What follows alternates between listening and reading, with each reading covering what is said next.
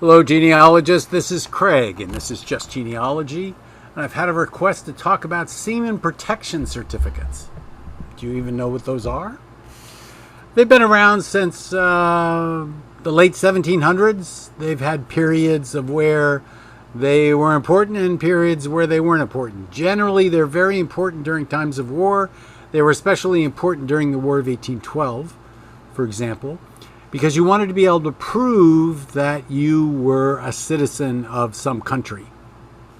Because the British were jumping aboard ships and pulling off anybody born in England, anybody born in the colonies for that matter, prior to the U.S. becoming the U.S. kind of thing, and just taking them away and saying they weren't U.S. citizens.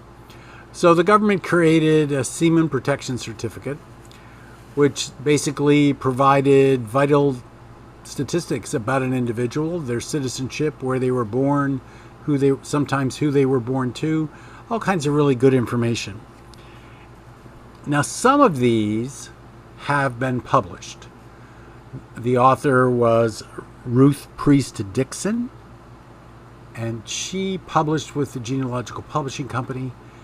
And I don't know whether they're available at Heritage Books or not, but if they aren't, they will be soon, and I'll get them up there.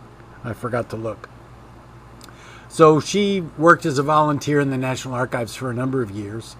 And while she was there, she worked on transcribing, abstracting, whatever she did, Seaman Protection Certificates. So there are various periods of Seaman Protection Certificate time periods. And in fact, they are in multiple record groups. There are in Record Group 36 records of the Bureau of Customs, applications for Seaman Protection Certificates 1796 to 1861. So these are where she pulled the War of 1812 ones out from.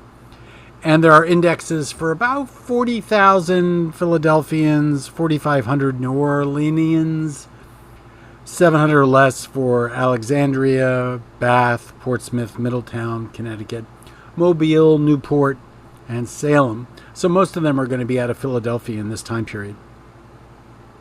And indexes to those, for the most part, have been published by her through GPC.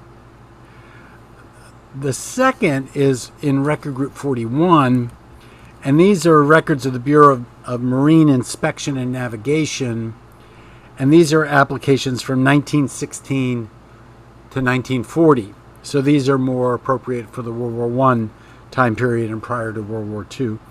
I have touched these, and these are cool because they have photographs. In fact, I spent several months in them because I was looking for a guy from Alabama who was charged with murder, tried, was on his way to prison, escaped from the train, ended up in San Francisco at some point, and was a seaman. And years later, he sent a letter to his family that didn't have enough information in it to help them locate him, except that he was in San Francisco. So I was looking at Seaman Protection Certificates and comparing them to a Spanish-American War photo that we had of him while he was in the Army, and then another photo after that. And I was totally unsuccessful in this pro bono effort to try to locate this guy.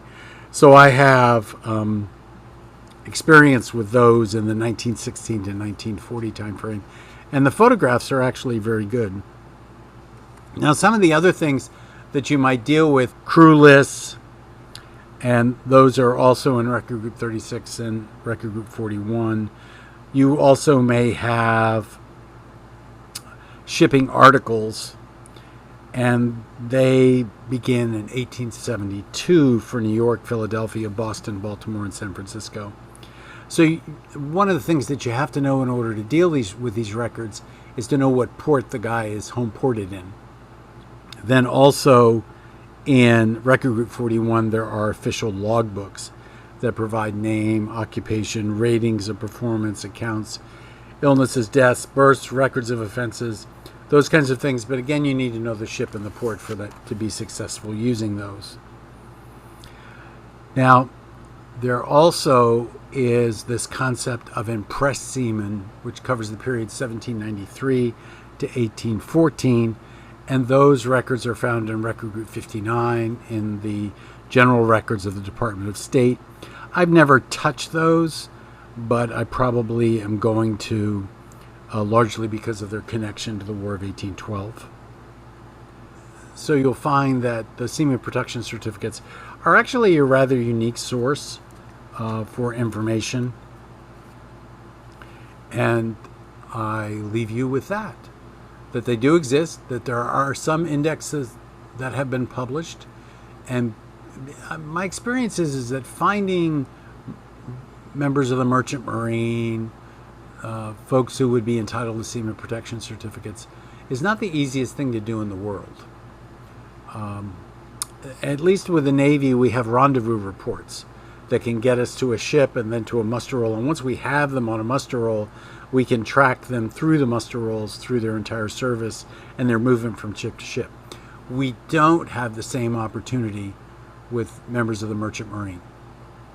So I just leave you with that today, remembering that we're dealing with two different record groups in the National Archives, dealing with two different time periods.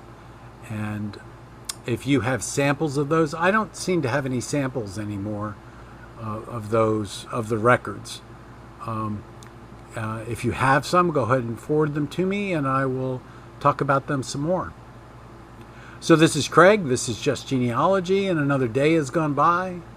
And subscribe. Tell your friends. Have fun. That's what genealogy is all about. Having fun. Have a great day.